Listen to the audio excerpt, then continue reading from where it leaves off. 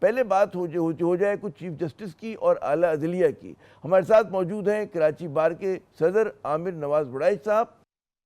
تو جناب وڑائچ صاحب سے لیکن گفتگو سے پہلے اگر آپ اجازت دیں وڑائچ صاحب, ہم ذرا ہمارے نمائندے وقار سلیم صاحب موجود ہیں پارلیمنٹ ہاؤس میں جہاں پہ اجلاس ہو رہا ہے, ان سے پوچھتے ہیں کہ کیا صورتحال ہے. وقار سلیم صاحب ہیں وہاں بہت دیر سے. جی وقار, کیا خبریں ہیں, کیا تازہ ترین ہیں اجلاس کی, جو پارلیمانی کمیٹی کا اجلاس ہو رہا ہے؟ آواز ذرا ان کی بلند کریں بھائی. جی وقار ذرا دوبارہ دہرائیے. جی سر, دیکھیے چیف جسٹس آف پاکستان کی تقرری کے لیے جو خصوصی پارلیمانی کمیٹی کا اجلاس ہے وہ جاری ہے.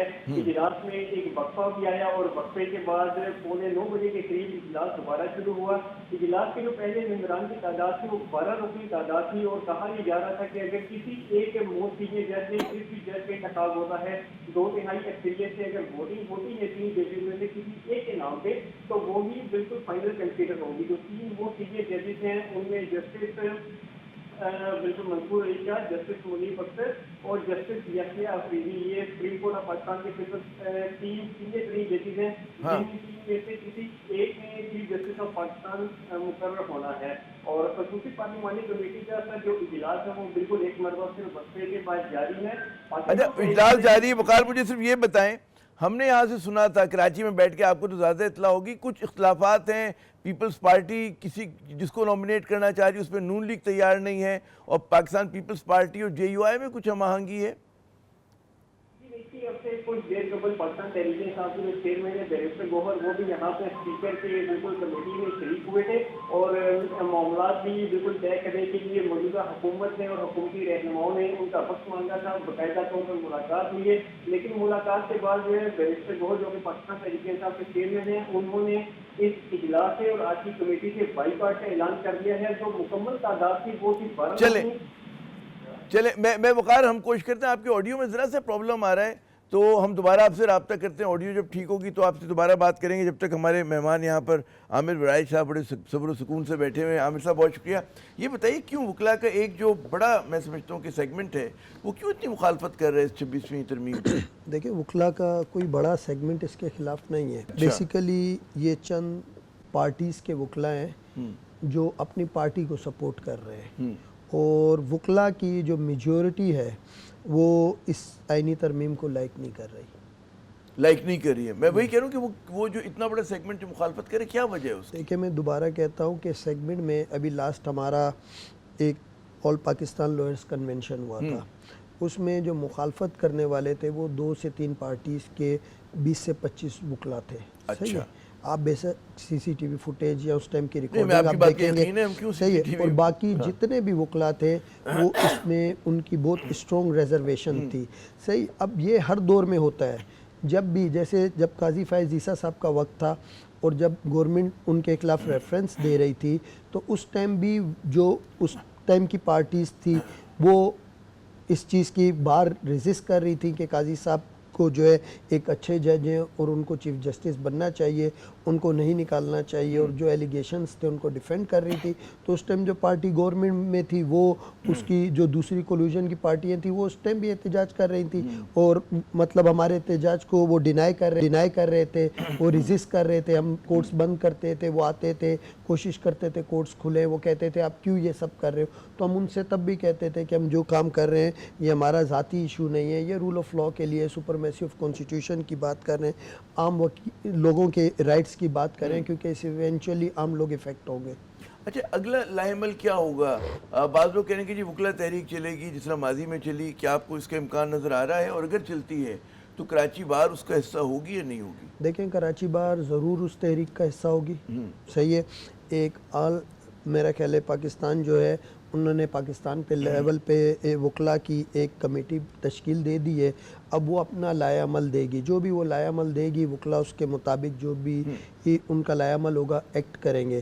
اور کراچی بار نے جو کنونشن کیا, اس کنونشن میں بھی جو جتنے بھی لوگ موجود تھے ان سب سے جب ہم نے آخر میں ان کی رائے لی تو ऑलमोस्ट मेरे ख्याल से ये चंद पार्टीज लॉयर्स को छोड़ के हर बंदा इस बात से एग्री था कि ये जो अमेंडमेंट्स हैं ये बेसिकली जो है पॉजिटिव अमेंडमेंट्स नहीं है, मनफी है ये। मनफी है। अच्छा, अगर मुझे बड़ा साहब इजाज़त दें, हमारा वक़ार सलीम साहब जो हमारे आज के नुमाइंदे हैं और वहाँ पर हैं, महाज़ जंग पे मौजूद हैं, देख रहे हैं, उनसे रब्ता दोबारा बहाल हो गया है, उनकी आवाज़ हमें कम आ रही थी। वक़ार, मैंने आपसे सवाल ये किया था कि कराची में हमें ये इत्तलात आ रही है कि पाकिस्तान पीपल्स पार्टी और जमीयत उलमा इस्लाम उन्होंने एक कैंडिडेट को नॉमिनेट किया है, जबकि नून लीग के जो वो हैं अरकान वो किसी दूसरे उसको नॉमिनेट कर रहे हैं। आपकी क्या अंदर की खबर है, आप अब तक क्या पहुंची बात? देखिए, अब से कुछ देर पहले पाकिस्तान तहरीक इंसाफ के जो चेयरमैन है बैरिस्टर गौहर, वो स्पीकर के मुज़ाकरात की कमेटी में आए थे, शामिल हुए थे, और हुकूमती वक्त और हुकूमती रहनुमाओं ने उन्हें पहले ये कायल करने की कोशिश की थी कि आप कमेटी का हिस्सा बने। ताहम बैरिस्टर गौहर ने ये कहा कि हमारी पाकिस्तान तहरीक इंसाफ की जो जमात है, इस जमात की एक अपनी सियासी पॉलिसी है और सियासी कमेटी मेरे दोस्त, आप मेरा सवाल, मेरे ख्याल में मैं अपना सवाल नहीं समझा पा रहा वक़ार आपको। वो तो मुझे पता है कि पीटीआई के अरकान शामिल नहीं हुए, उन्होंने बॉयकॉट कर दिया। हम पीटीआई की बात नहीं कर रहे हैं, हम बात कर रहे हैं कि नॉमिनेशन पे क्या पाकिस्तान पीपल्स पार्टी और जमीयत उलमा इस्लाम का कोई और कैंडिडेट है और नून लीग का कोई और कैंडिडेट है? कोई इस तरह की बात सुनी है आपने? जी देखिए, फिलहाल जो 3 मोस्ट सीनियर जजेस हैं उनमें जस्टिस मंसूर अली शाह और जस्टिस मुनीब अख्तर और जो यकिया अफरीदी हैं, वो ये 3 मोस्ट सीनियर जजेस हैं। ताहम अब जो मौजूदा मेंबरान हैं वो 9 रुकनी मेंबरान हैं, लेकिन ताहम अभी तक इन तमाम तर जितने भी पाकिस्तान मुस्लिम लीग नून, पाकिस्तान पीपल्स पार्टी, जमीयत उलमा इस्लाम थे और एमपीएम के जो 4 सियासी जमातें हैं, ये बिल्कुल यहाँ पर मौजूद हैं, इजलास में शामिल हैं। ताहम मुतवक्के तौर पे जस्टिस यहिया अफरीदी के नाम पे इत्तफाक राय बिल्कुल जारी है और मुमकिन तौर पे ऐसा मुतवक्के है कि जो जस्टिस यहिया अफरीदी है, मुमकिन तौर पे इनके नाम का नोटिफिकेशन जारी होने के जराये के मुताबिक चांसेस हो सकते हैं। लेकिन ताहम अभी तक जो पार्लियामेंट हाउस यहाँ पे खसूसी पार्लिमानी कमेटी का जो इजलास है वो जारी है, लेकिन जब तक नोटिफिकेशन जारी नहीं हो सकता उससे तो बस मुझे आखिरी अगर 30 सेकंड में जवाब दे सकें या 20 सेकंड में, कब तक नोटिफिकेशन की तवक्को है? आज की तारीख में होगा 22 का या 23 तक बात चली जाएगी और सुबह सवेरे हम फजर तक इंतजार करेंगे? जी देखिए, बिल्कुल जैसे कि पार्लिमानी कमेटी का खसूसी इजलास जारी है, मुमकिन तौर पर ये नोटिफिकेशन आज जारी होने के चांसेस हो सकते हैं, लेकिन जैसे इजलास जारी है अभी ये कहना बिल्कुल कबल वक्त होगा कि मुमकिन तौर पर ये डिले भी हो सकते हैं। लेकिन जिस तरह अभी तक इजलास रात देर तक जारी है तो उम्मीद की जा सकती है कि मुमकिन तौर पर आज रात 12 से पहले मुमकिन तौर पर नोटिफिकेशन जारी हो जाए नए चीफ जस्टिस ऑफ पाकिस्तान का।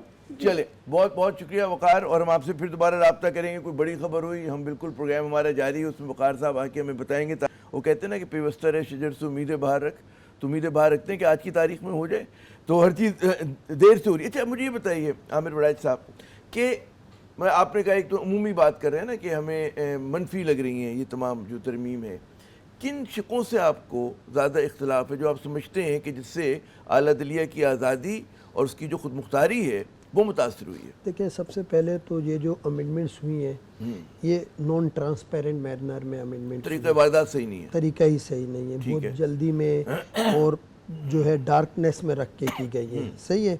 सेकंड थिंग, जो प्रिंसिपल जो थिंग है वो है सीनियोरिटी प्रिंसिपलिटी। अब जब तक आप सीनियोरिटी को डिस्टर्ब नहीं करेंगे, सही है, तब तक तो ये एक पॉजिटिव जेस्चर है। लेकिन अगर आप जस्ट बिफोर 4 डेज़ एक चीफ जस्टिस रिटायर्ड होने जा रहा है या 5 डेज़ आप एक अमेंडमेंट करते हैं और उस अमेंडमेंट के बाद उस पर एक्ट करके किसी एक शख्स को जिसका राइट बनता है उसको चीफ जस्टिस नहीं बनाते हैं और उसकी जगह किसी दूसरे को चीफ जस्टिस बनाने जा रहे हैं, तो इसका मतलब है कि वो किसी भी एंगल में पॉजिटिव नहीं है। बदनीयती बकौल आपकी झलकती है इस बात से। तो क्या वजह हो सकती है कि मतलब जब नए चीफ जस्टिस आएंगे, मैंने कुछ अपने इब्तदाई कलमात में भी इसका तस्करा किया कि बड़े चैलेंजेस होंगे, बिल्कुल मंजरनामा बदला हुआ है ना इस वक्त, मतलब खेल के असूल बदल गए, जवाबित बदल गए, चीफ जस्टिस की ताकत को जो है कम कर दिया गया है। तो क्या नए चीफ जस्टिस है वो मंसूर अली शाह होते हैं या अफरीदी साहब होते हैं, मुनीब अख्तर होते हैं, उनको क्या माजी के मुकाबले में ज़्यादा मुश्किलात का सामना होगा अपना फ़राइज़ अंजाम देने में? वो ज़्यादा कॉम्प्रोमाइज़ तो नहीं कहना चाहिए, गलत लफ्ज़ होगा, क्या मतलब है किस तरह की दिक्कतों का सामना हो सकता है? देखें, जो भी नए चीफ जस्टिस हों जो आउट ऑफ टर्न प्रमोट होके आगे आए, हाँ, सही है, तो अब देखना पड़ेगा, अगर तो वो फेयर होंगे तो वो इस किस्म की नॉमिनेशन को एक्सेप्ट नहीं करेंगे, ठीक है, उनको अपने टर्न का वेट करना चाहिए। और अगर वो ऐसा नहीं करते हैं और वो जाते हैं और चीफ जस्टिस का चार्ज ले लेते हैं, तो इसका मतलब ये है कि जो भी उनका एक्ट होगा वो कहीं ना कहीं बायस्ड होगा और उन लोगों की तरफ डिक्लाइन होगा जो लोग इस उनको नॉमिनेट करेंगे और जो उनको सीट पे लेके आएंगे। जनाब, तो नाज़रीन आपने गुफ्तगू सुनी कि कराची बार जो है पाकिस्तान की मेरे ख्याल में सबसे बड़ी बार है, ख्याल नहीं बल्कि यकीन होगा सबसे बड़ी बार है हमारी, कि उसका वो जो है इस 26वीं तरमीम की जो है हिमायत नहीं कर रही है। और उसके साथ साथ सिर्फ यही बार नहीं है, हम देखते हैं कि इस्लामाबाद में इसी तरह की बात गश्त हो रही है, लाहौर में हो रही है, जहाँ जहाँ वकला बरादरी है। और क्या इस बात का इम्कान है कि वकला तहरीक के साथ जो हिज़्ब इख्तिलाफ की दीगर जमातें उसमें शामिल हो जाएँ, तो एक मतलब है हुकूमत के लिए बहुत बड़ा चैलेंज होगा। हम यहाँ पे एक वक्फा लेते हैं, वक्फे के बाद जब दोबारा हाजिर होंगे हमारे साथ पाकिस्तान तहरीक इंसाफ के सीनियर रहनुमा असद साहब मौजूद होंगे। उनसे पूछेंगे कि पाकिस्तान तहरीक इंसाफ कितनी संजीदा है एक तहरीक चलाने के मामले में। हमारे साथ रहिएगा।